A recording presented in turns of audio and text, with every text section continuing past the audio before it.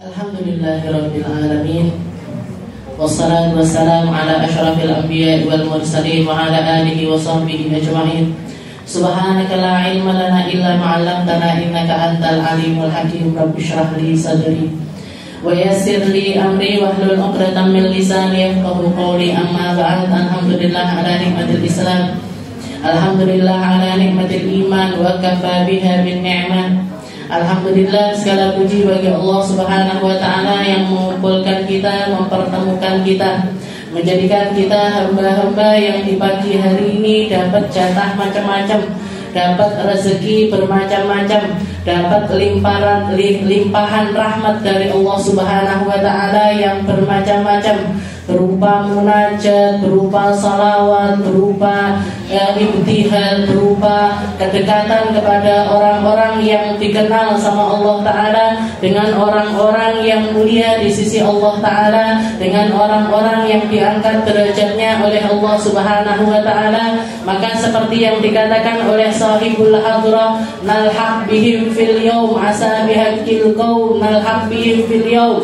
Semoga kita semuanya dengan barokahnya orang-orang yang kita sebutkan tadi, kita masuk di dalam golongannya mereka, kita mampu menyusul mereka, dimiripkan ibadah kita dengan ibadah mereka, disamakan akhlak kita dengan akhlak mereka, dikasih ketenangan kita seperti Allah Ta'ala memberikan ketenangan kepada mereka. Dan semoga kelak kita pun juga akan ditempatkan di tempat terbaik sebagaimana Allah Subhanahu wa ta'ala menempatkan mereka di tempat-tempat yang terbaik.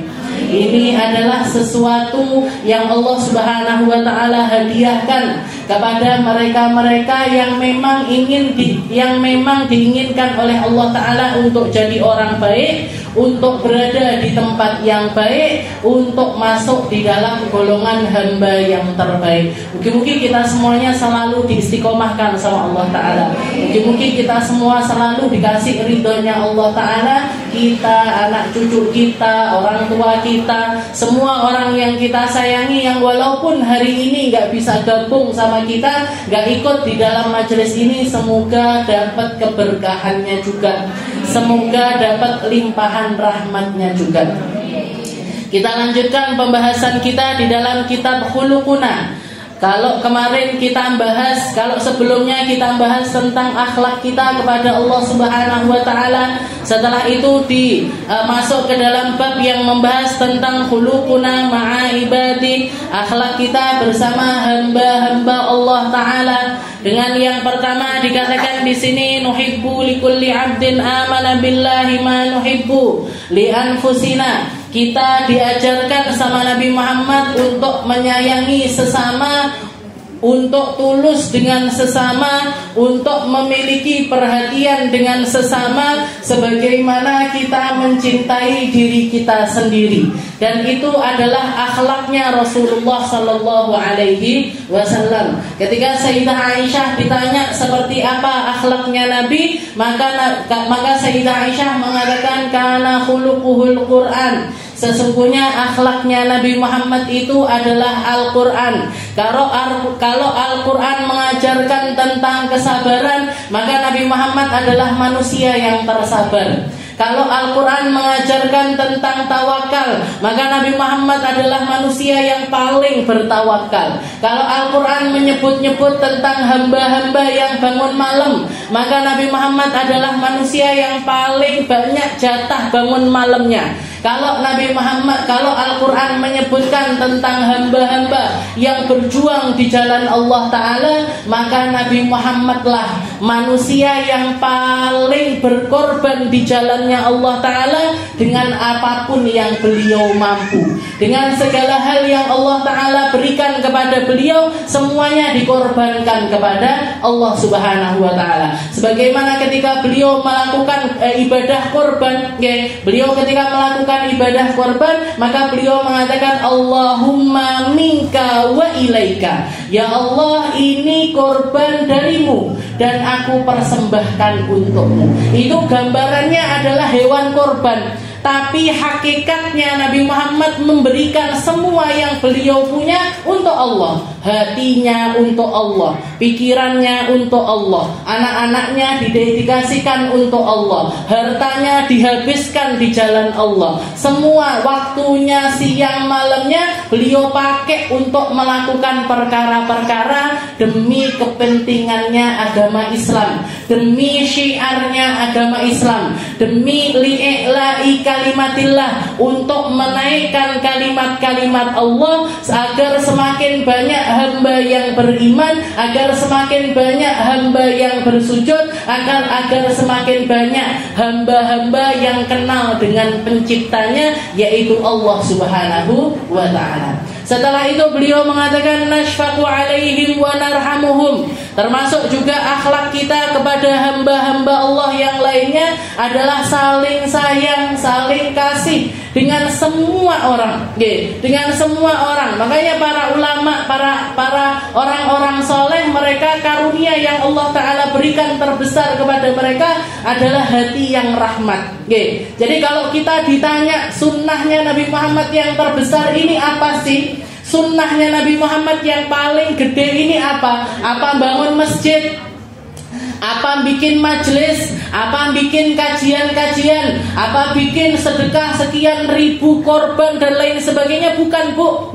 Walaupun memang apa yang diajarkan Nabi Muhammad pun seperti itu. Nabi Muhammad sedekahnya banyak, rukuknya banyak, sujudnya banyak, tasbihnya banyak, istighfarnya banyak.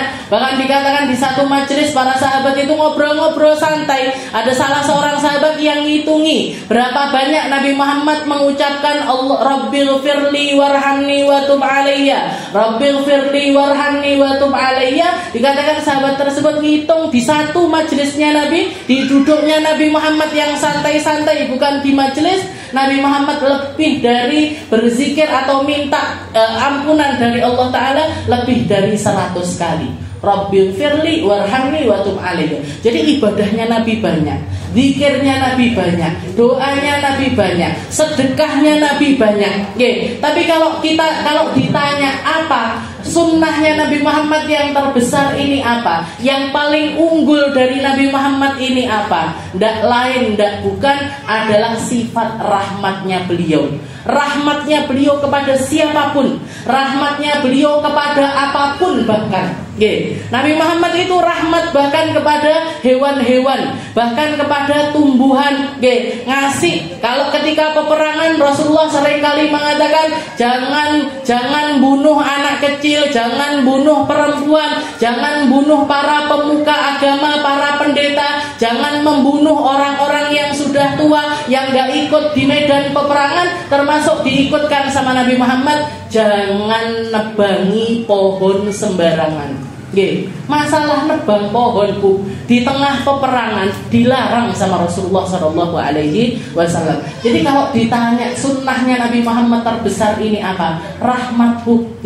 Rahmatnya Nabi Muhammad yang paling kentara. Nah, rahmatnya Nabi Muhammad yang paling terasa. Rahmatnya Nabi Muhammad yang sampai detik ini mampu menyentuh relung-relung hati kita adalah karena sifat rahmatnya Rasulullah SAW. Ada salah seorang walinya Allah Ta'ala. Mungkin di kitab Uqudul Lijin saya juga beberapa kali menyebutkan tentang beliau, yaitu Sayyidah Rabi'atul Adawiyah.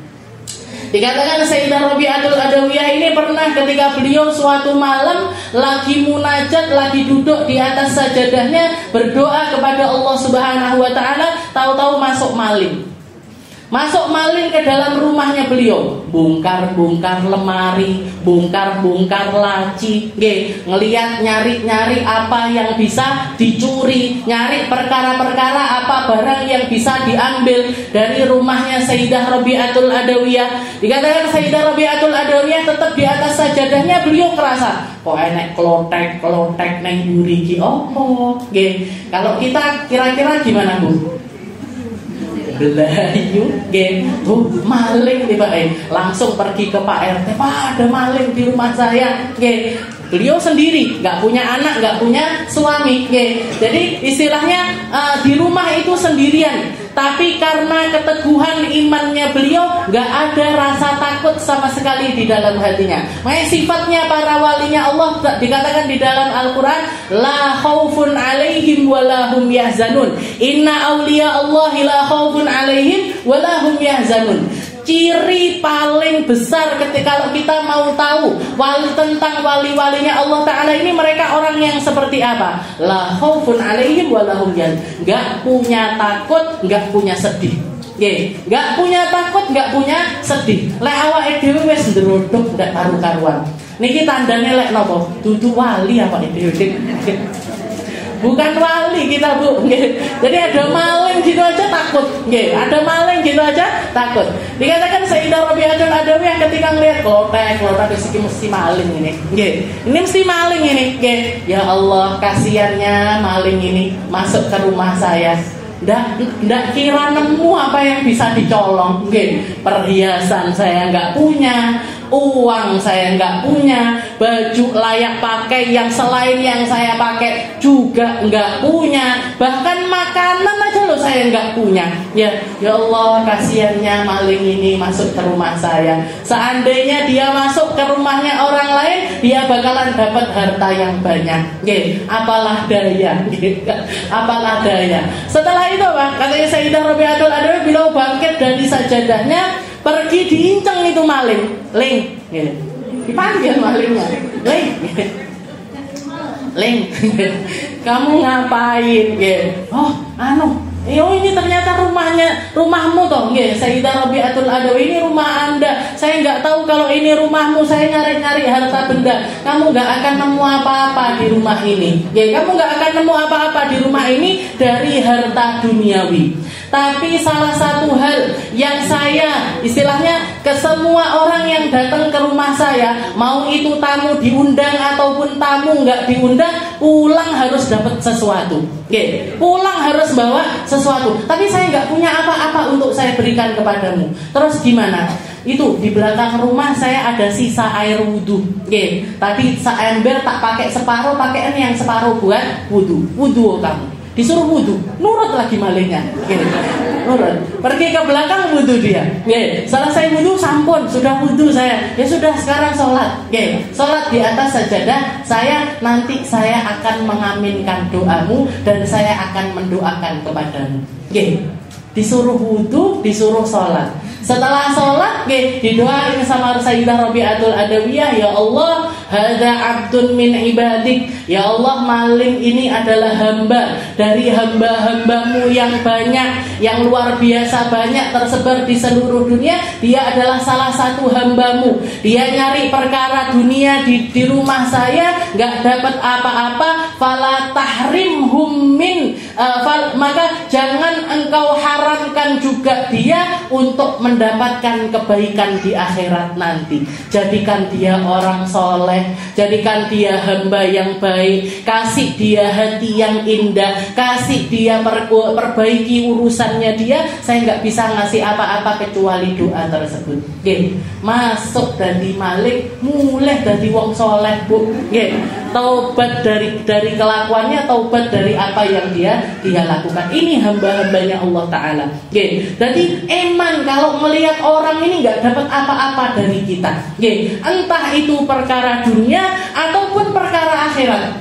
Ataupun perkara akhirat. Nabi Muhammad SAW sama sahabat-sahabatnya, bukannya beliau itu perhitungan, tapi karena saking pengen Nabi Muhammad itu pernah mengatakan, ana khairu mujazi. Barang siapa yang melakukan kebaikan dan dia tidak mendapatkan respon yang baik dari kebaikan yang dia lakukan, jangan khawatir, fa inni ujazi bihim yaumal qiyamah. Saya yang akan menggantikan kebaikannya orang yang nggak tahu diri tersebut. Wa ana khairu mujazi, katanya Nabi, dan kalau saya yang membalas, saya akan membalas dengan perkara yang terbaik, terindah di luar prediksinya manusia. Jadi Nabi Muhammad ketika ada seorang sahabat muji-muji beliau cari apa yang bisa dikasihkan. Ada ridah, dikasih ridahnya. Ada siwak, dikasihkan siwaknya. Ya, dikasihkan siwaknya, dikasihkan ridahnya. Itu orang-orang yang melakukan perkara-perkara seperti itu selalu direspon oleh Rasulullah SAW. Jadi rahmatku, ini loh yang kita harus selalu pulaan. Ini loh yang kita harus selalu mengusahakan. Ini yang harus selalu kita perbaiki dari hati-hati kita untuk mendapatkan sesuatu yang indah di dalam hati, yaitu rahmat. Dan kalau orang sudah punya rahmat di dalam dirinya, semua anggota tubuhnya akan ikut membawa rahmat dan akan otomatis melakukan kebaikan. Jadi punjerane neng jero hati, ambil sifat rahmat dari rahmatnya Rasulullah SAW. Setelah itu beliau mengatakan waqirul kabir wa nar'afu bis saghir. Setelah itu akhlak kepada sesama yang ketiga dan yang keempat adalah hormat sama orang tua, sayang sama yang kecil, sayang sama yang lebih muda. Ini akhlak yang istilahnya bahkan sebelum Islam datang pun, atau bahkan orang yang nggak kenal dengan agama Islam sekalipun paham kalau ini termasuk akhlak, termasuk adabnya manusia dengan manusia. Sudah sewajarnya seorang anak manggil bapak ibunya itu dengan hormat. Sudah sewajarnya seorang adik manggil kakaknya itu dengan cara yang hormat. Saya punya kakak namanya Nisma. Istilahnya pakai kalimat di depan Kak Nisma, itu namanya sudah penghormatan. Itu namanya sudah penghormatan. Dibandingkan Mak Nisma.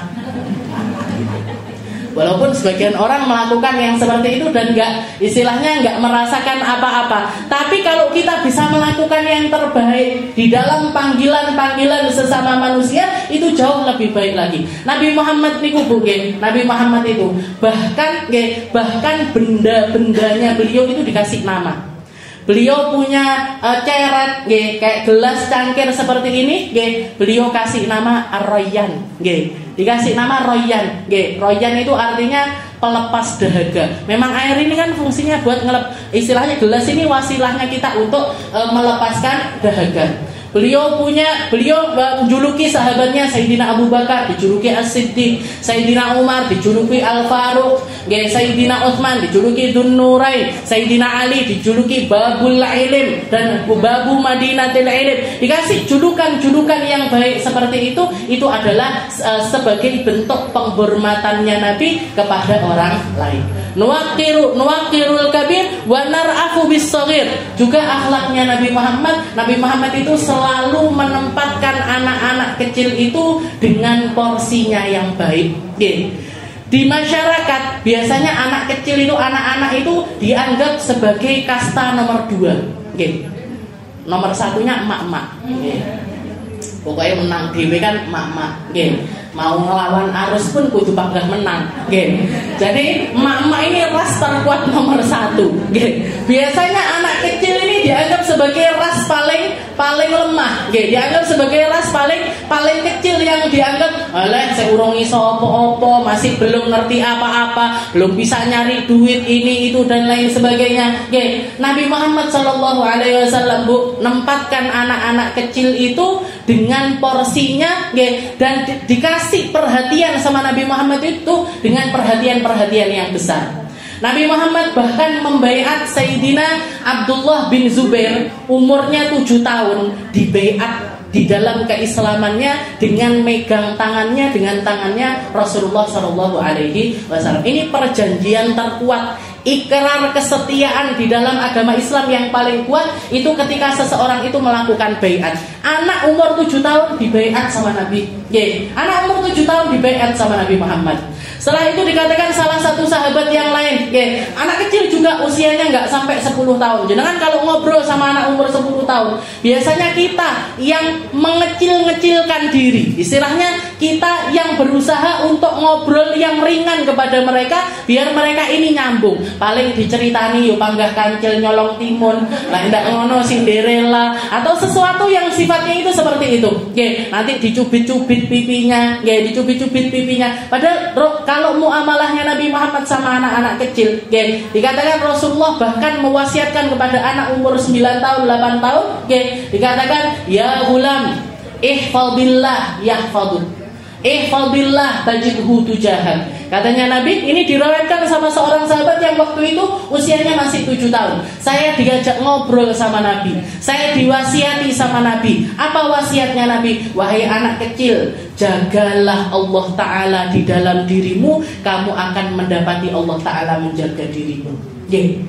Kata-kata yang tinggi, idza tawakkalta fatawakkal 'ala Allah wa idza sta'anta fasta'in billah. Kalau kamu tawakal, kalau kamu nyandarkan diri, sandarkan dirimu kepada Allah, jangan nyandarkan diri kepada orang lain, bahkan kepada ibu bapakmu sekalian. Kalau kamu minta tolonglah kepada Allah, jangan minta tolong sama orang lain. Dan anak kecil ini nyerebuk, hal-hal yang semacam itu diserap iman yang besar seperti itu sekalipun, kalimat tingkat tinggi semacam itu pun jangan kira anak kecil ini nggak bisa nerima yang semacam itu. Berapa banyak video yang berseliweran tentang anak-anak kecil Palestina yang menunjukkan tingginya bahkan besarnya keimanan mereka mengalahkan imannya kita. Ada satu orang dokter yang cerita ketika dipulangkan dari Palestina setelah sebelumnya ditugaskan di Palestina, dia pulang. Katanya dia menceritakan ada seorang anak kecil umur 11 tahun atau 12 tahun perempuan. Ketika dia kena bom ada luka yang cukup besar di badannya. Hari itu dioperasi sama dokternya karena minimnya anestesi, karena minimnya obat bius. Jadi dikasihnya itu obat biusnya itu dibagi sama orang lain, dikasihnya itu sedikit. Hari setelah sembuh beberapa hari kemudian kena bom lagi. Kena bom lagi, dia harus dilakukan operasi yang kedua. Kata si anak ini ngomong sama dokternya, "Dok, yang dulu operasi yang dulu sakit sekali. Minta tolong yang ini jangan sakit-sakit kayak kemarin." Bahasanya anak kecil, Bu. Yang ini jangan sakit-sakit kayak yang kemarin. Setelah itu dia mengangkat tangannya, mengatakan, "Allahumma firli, ya Allah ampuni saya karena telah minta tolong kepada orang lain, gak minta tolong kepadamu." Karena minta tolong sama dokter, gak minta tolong kepada Allah. Ya Allah, saya gak kuat, dikit aja ini saya minta tolong sama Pak dokternya. Nunjukkan imannya mereka yang luar biasa. Jadi Rasulullah muamalah sama anak kecil itu seperti itu. Idza tawakkalta fatawakkal 'ala Allah. Setelah itu diwasiati sama Nabi Muhammad, ya gulam, wahai anak kecil, kalaupun misalkan manusia sak dunia ini pengen ngasih manfaat kepadamu atas sesuatu, tapi Allah Ta'ala nggak pengen manfaat itu datang kepadamu, maka itu nggak akan terjadi. Begitu juga sebaliknya, mau manusia seluruh dunia mau menyakiti dirimu, tapi kalau Allah Ta'ala nggak mentakdirkan bahaya tersebut datang kepadamu, itu juga nggak akan pernah terjadi. Keimanan tingkat tinggi diwasiatkan sama Rasulullah kepada para anak-anak kecil. Itu yang dilakukan sama, porsinya diberikan. Porsinya anak kecil ini diberikan, pendidikan kepada anak kecil ini diberikan. Ketika Rasulullah minum, di kebiasaannya Nabi kalau sudah minum, bekas minumnya ini dikasihkan kepada mereka-mereka yang di sebelah kanannya Nabi. Ketika itu dikatakan yang sebelah kanannya Nabi ada Abdullah bin Abbas, putranya Sayyidina Abbas, umurnya masih 7 tahun. Sedangkan di sebelah kirinya Nabi ada Sayyidina Abu Bakar, Sayyidina Umar, Sayyidina Utsman, sepuh-sepuh, yang tua-tua, senior lagi. Ketika Rasulullah minum, ditanya Abdullah bin Abbas, "Wahai Abdullah, kamu rela enggak kalau minum bekasku ini tak kasihkan kepada Abu Bakar, tapi tidak tak kasihkan kepada kamu?" Katanya Abdullah bin Abbas, "Lah ya Rasul, moh ya Rasul, lek masalah ngalah-ngalahan, saya juga mau nyari berkah dari bekas minummu ini ya Rasul. Jangan dikasihkan mau itu kakek-kakek, mau itu nenek-nenek, nggih, tapi jatahku ya Rasul. Dikasihkan sama Nabi, dituruti sama Nabi meskipun dia umurnya 7 tahun, sedangkan Sayyidina Abu Bakar berusia lebih tua daripada itu, 50 bahkan mungkin 60 tahun. Itu Nabi Muhammad. Jadi sama anak kecil ini jangan main-main. Nggih, ajak mereka ke majelis, kenalkan mereka sama orang-orang soleh. Biar apa? Biar hatinya yang bersih ini terpatri, terpatri dengan perkara-perkara yang baik, dapat imbasnya kebaikan, dapat sir dari setiap kebaikan, dan mereka resapannya itu, resapan ketika, karena anak kecil nggak punya dosa, Bu. Bahkan Allah Ta'ala nggak nuliskan dosa kepada mereka. Kita ini terhalang dari banyaknya kebaikan. Nyapo edo sholat kok nggak iso khusyuk, sedekah kok panggah angel, istilahnya mau bangun malam kok masih sulit. Itu yang menghalangi kita.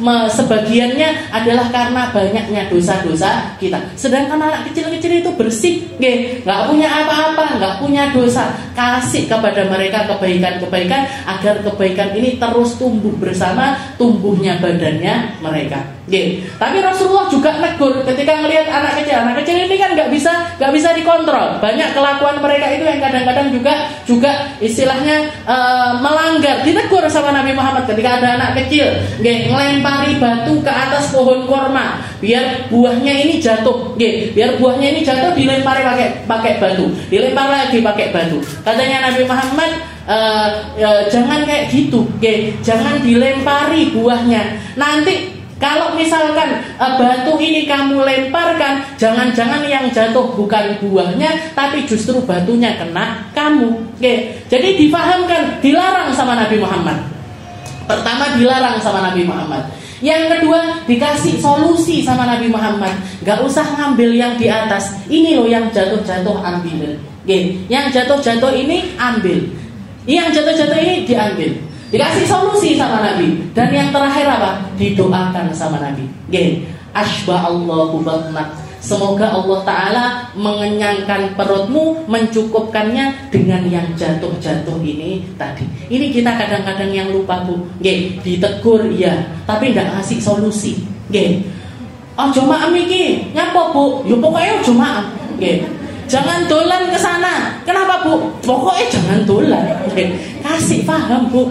Kenapa kok mereka harus tidur siang? Biar nanti besok sekolahnya bisa, biar nanti bangun subuhnya gampang, biar nanti bisa begini. Kasih pemahaman. Jangan egois. Jangan pokoknya.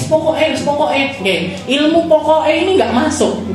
Ilmu pokoknya ini nggak akan masuk kepada anak. Dan yang terakhir ini yang paling penting, didoakan,